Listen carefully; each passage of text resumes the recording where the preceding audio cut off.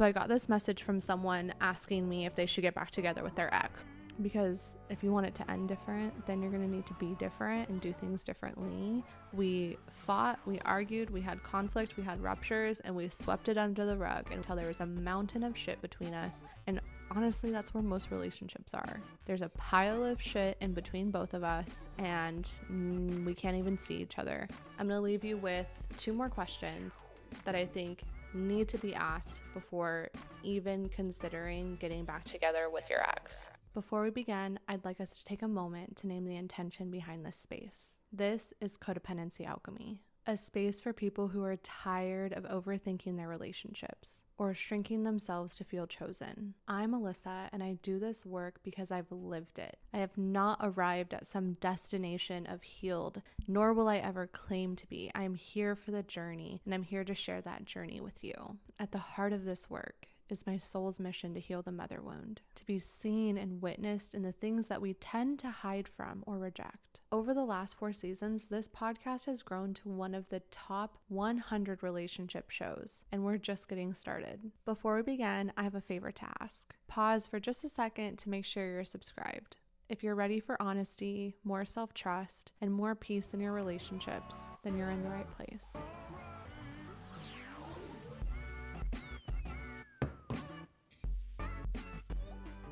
Should she get back together with her ex? Let's talk about it. Okay, I actually couldn't even count on 2 hands how many times I get asked this question about should I get back together with my ex?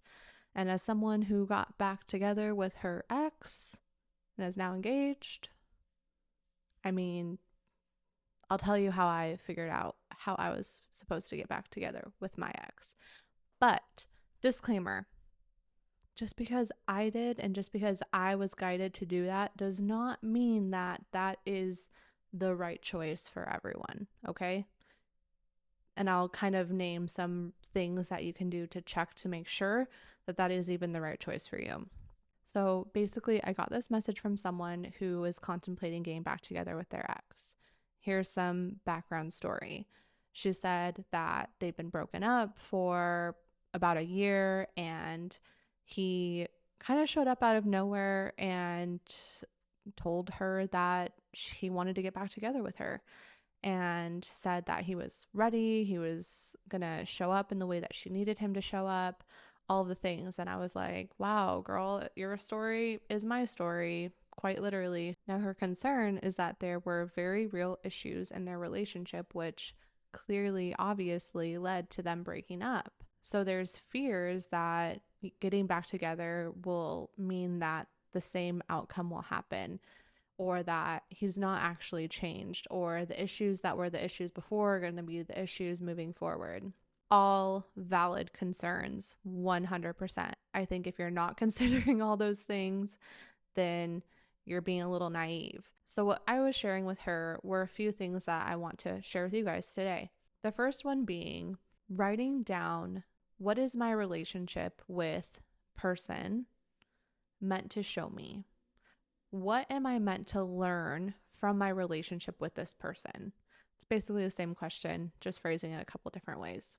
The reason why this question is so important is because it's going to illuminate something for you, a deep inner wisdom that your brain is just overriding, likely. Don't ask your brain. Here's what asking your brain and asking your consciousness, this is how it differs. When you ask your brain, what is this relationship here to show me? It will come up with all of these justifications, either for or against, and it will kind of like go through this checklist of like why it's a good thing or why it's a bad thing. Now, when I use my journal to physically write, what am I meant to learn from this relationship, and continue to write from a stream of consciousness by saying this relationship is here to show me, and then I keep writing, it is a completely different type of answer that comes through. It is like my higher self, honestly, like that's what it feels like. My higher self is coming through and helping me see something clearly. So I did this because Justin and I have the same freaking story. We were broken up not for a year, but for 7 months. We saw other people. If you've been here for a while, you've heard the story. If you just new here, it's messy. It is so messy, and I'm not going to divulge it in this episode, but you can go back and you can listen to the episode about the situationship. You can listen to the breakup that healed me. You can listen to how we rebuilt trust in our relationship. Those 3 episodes will dive into the really messy time in my life. So in that time in my life, that was the 7 months, we were totally not in each other's realms. Like, we saw each other occasionally, but mostly we were in no contact. Like, we saw each other like with friends. There was no time that we really hung out, just him and I. And that's a lie. There were a couple times, but it was in the process of going to hang out with friends. Not trying to lie to you guys, but I'm trying to be clear. Anyways, when that 7-month mark hit and I saw him out while with my friends, he also approached me in that same way. I don't know why I'm doing this with my hand. I need to do something with my hands. I need to sit on them. When he approached me, he was like very calm, very grounded, very like spacious and warm. And he basically said the same thing that this guy said to the girl who was reaching out to me for support. I'm ready to be the guy that you need and want and deserve. And like, I've done a lot of thinking and I know that I want to do life with you. And it just felt like an invitation. He wasn't like, we need to get back together now. Like, I want to make this work. It was just like, I'm ready. If you're ready, I'm ready if you want. And I think that is a huge just like flag to kind of mark, like, how do they approach like getting back? Is it graspy? Because this happened when we broke up too, where he was like, no, like, I can be the person that you need. Let's stay together. But it felt like completely different. It felt that graspy, like, need, like it was fear-based. And I felt like if I would have said yes, it would have been out of guilt and not out of like actual want or desire. And so this time later, when he approached me in that way and he was like soft but grounded and calm, it felt like an invitation and one that I could kind of explore in my own time. Like, he wasn't asking for an answer. He was just like, here are my cards. Do you want to play? And I was just kind of like, prove it, like, same with this woman who reached out to me. We fundamentally broke up for very real reasons. I wanted to have children and he wasn't sure, and he wanted to move to a city and I wasn't sure, and there was just a lot of things that we wanted that were fundamentally not aligned. And we got to a place where, he told me that he was ready, and it was just like, okay, what does that look like? Like, can you tell me about what that process is for you, and how did you get to that answer? And it was a lot of talking. But there's some other things that I want to know are super important when considering getting back together with an ex. One, just understand what you're meant to learn from this relationship by asking that question that I already posed earlier. What is this relationship here to show me in this lifetime? What am I meant to learn from this experience? Just so that you're not going into something blindly, that you're going into something with clarity about what this is for you, what it means for you in your life. Because when I asked myself that question with Justin, it was, this relationship is here to show you that it is safe for you to soften into playful, joyful, peaceful love. Because the truth is, I've never had that. Really. I've had tumultuous, chaotic, fiery chemistry, like just soul burning relationships, which is what I thought was love. Turns out that's not. That was just me trauma bonding with people because anyways, we're not going to dive into that today.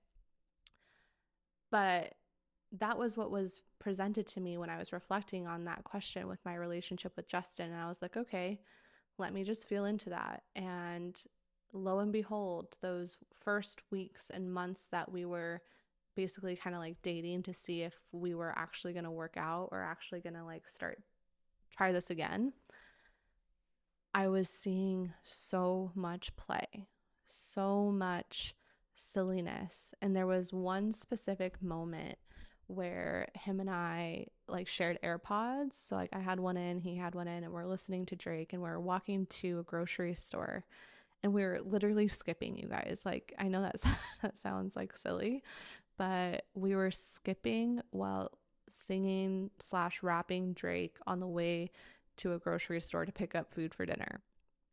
And I had this like epiphany moment where I just felt like this is what love for me in this lifetime is joy in this most simple, mundane, like moments of life.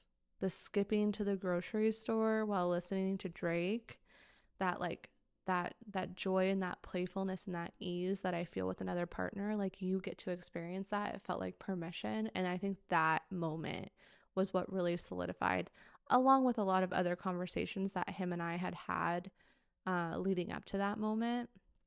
Because if you want it to end different, then you're going to need to be different and do things differently. And so we needed to name what that was for us, which leads me into the next questions that I would reflect on if you're considering taking back your ex. Is your ex willing to have those hard conversations? And if they say, I don't know, to certain questions, like when you're triggered and you're moody and you're projecting on me, what are you going to do differently? And they say, I don't know, that's a fine answer for right now. But if we're getting back together, you need to know. You need to know what you're going to do to show up for yourself so I can hold you accountable. And you need to let me know what you need from me so that I can hold compassionate, loving space for you. We need to have those conversations. Those were kind of like some of our triggers in our relationship. So I'm naming that one for me, but you'll probably know, what did you guys fight about the most? What did you guys have the arguments over the most? One of mine was quality time, because he's a gamer. He's probably playing video games in the office right now. And that used to just drive me up the wall because I felt like I was competing with video games. So that needed to be addressed on both ends. Like I needed to know that he was going to show up for me in ways that helped me feel seen, supported, and have that level of connection.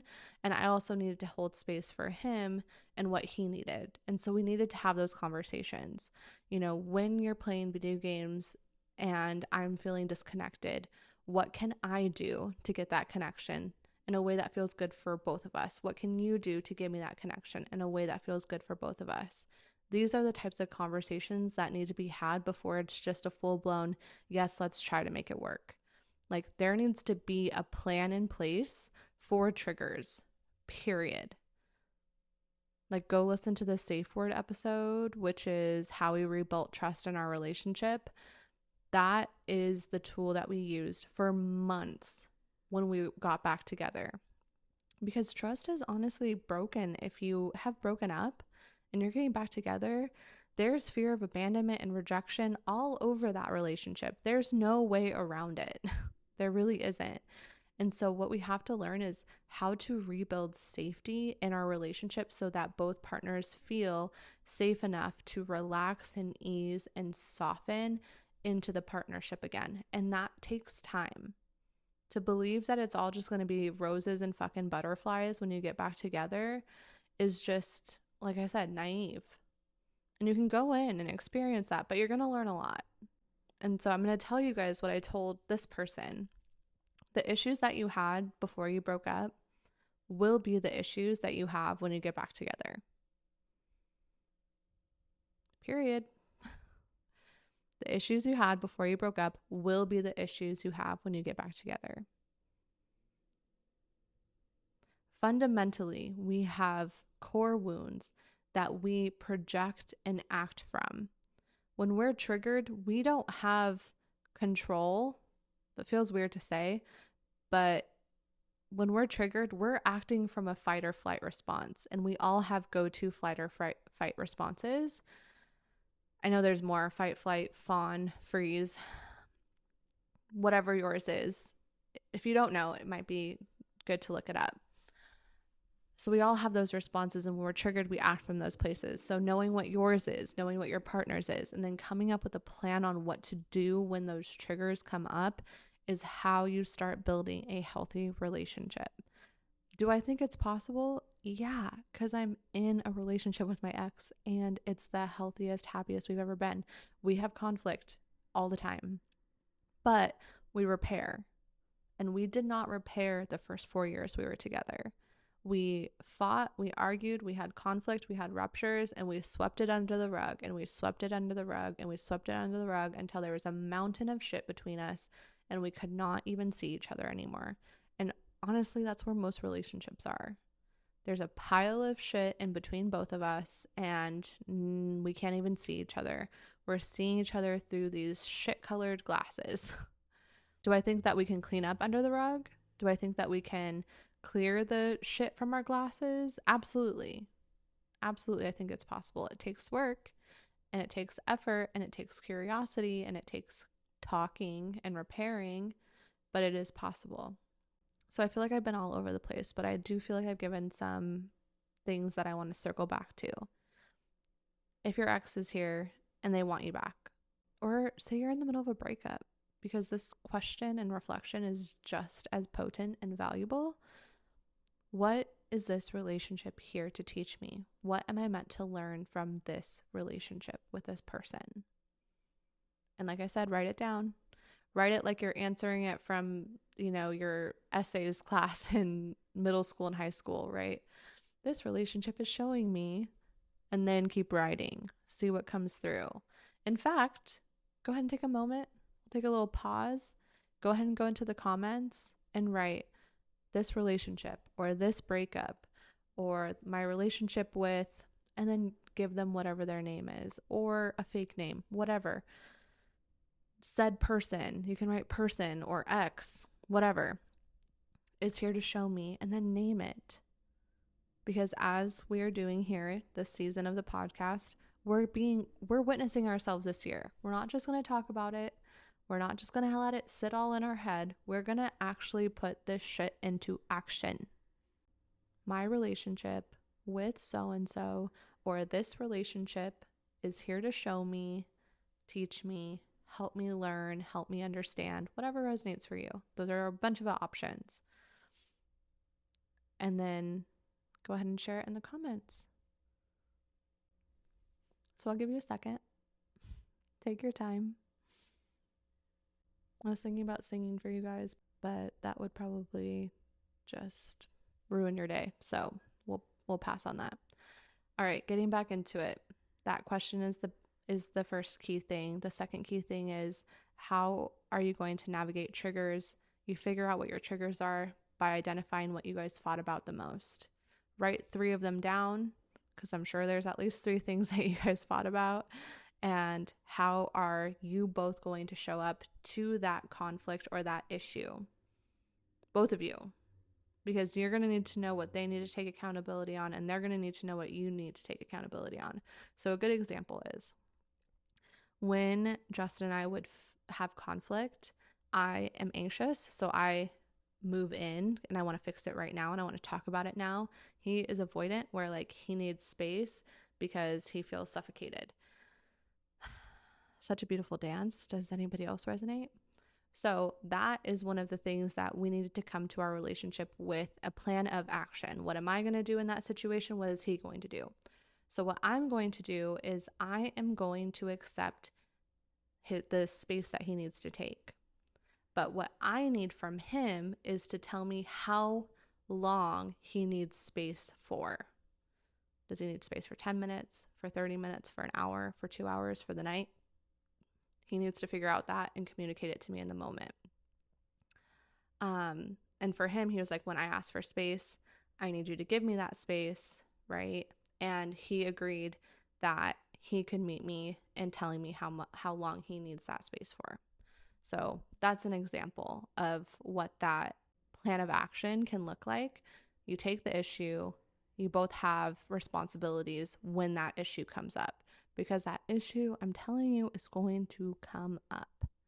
Knowing how you're going to navigate that issue at a neutral time, like figuring that out now before it gets here, sets you up for so much success.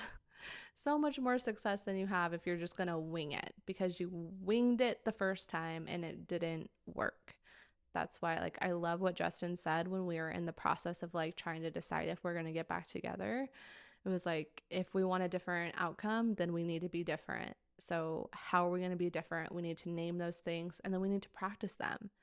And the thing when you get back together with an ex is like, we could have agreed to those things, but when it comes to putting them in action, it could have been that the other person didn't show up for it, right? Like Justin could have like not told me how long he needed to have space for and just like, you know, pushed me away.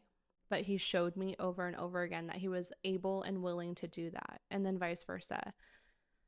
I do want to name one caveat is that sometimes I'm so triggered that I forget that that's my role in that moment. And I know that sometimes that has happened for Justin. So it's kind of like one of those things that you have to consider, like how often, what percentage of the time do they show up in the way that they said they would, versus when they totally like override that remembering of that thing.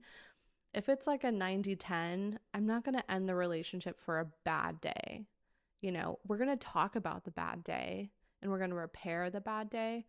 It's when the bad day turns into every day, that is a pattern, right? That's not just a bad day, that's a pattern, and that's different. So you kind of have to figure that out for you. But those are just some other things that I think are really important to consider. I'm going to leave you with 2 more questions that I think need to be asked before even considering getting back together with your ex. The first one is you need to write down, what do you value in a relationship? What do you value in a relationship? And then the second one is, how do I desire to feel in a relationship? How do you desire to feel in a relationship? What do you value in a relationship? How do you desire to feel in a relationship? That is what you bring forward to this person. You say, this is what I value in a relationship. This is how I desire to feel in a relationship. Can you meet me in that? And if you can meet me in that, how are you going to meet me in that? They don't get to just say, yes, I can meet you in that. Because anyone can say yes. Yeah, totally. Easy peasy, lemon squeezy. I'm in. I can do that. How? I don't know. Well, when you know, I'm here and I'm ready and I'm listening. Make them consider the ways that they're going to need to show up in the relationship. Don't do that work for them. Do not do that work for them. Do not do that work for them. I have to say it so many times to be very clear, because if you're in this space, you're probably a high functioning oldest daughter, independent AF, like efficient, most efficient person in the entire world. You will present all the things for the other person. Do not take up that space. Let them meet you in it. This is the only way that you're going to build a loving reciprocal relationship, which is what you want. If you want it, you're going to have to let them meet you. And if their first answer is, I don't know, that's okay. Go ahead and think about it and let me know when you figured it out. Until then, we're just going to pause this situation until we're able to have that conversation. Or you can say, that's fine. We're supposed to meet up on Sunday, or whatever day you maybe have a date planned. We can talk about it then. So they know that they've got to sit down and ask themselves these really maybe hard, serious questions. But these are the questions that are going to get you to where you're going. Okay, that's what I got for you. Was that a lot? Hopefully that wasn't too much. Remember, your invitation is to go into the comments and share what this relationship is here to teach you or show you. We heal the mother wound by being witnessed in our experiences. We usually hold it all in our head and we keep it all close to our chest, and we're afraid of being perceived. But healing the mother wound and being witnessed in our truth is so healing. Even if you just write it, honestly, I don't even care if you post the comment, but please just go to the comments and write it out, even if it's just for you. That's fine. That's fine with me. I would love to witness you in it too, but you don't have to. You don't have to. It's an invitation. But at least witness yourself in it, not just in your head, in writing. Whether it's in your journal, whether it's in the text in the comments, just take a moment to witness yourself. Please. Thank you so much. I love you so much. I'll see you when I see you. Bye, babes.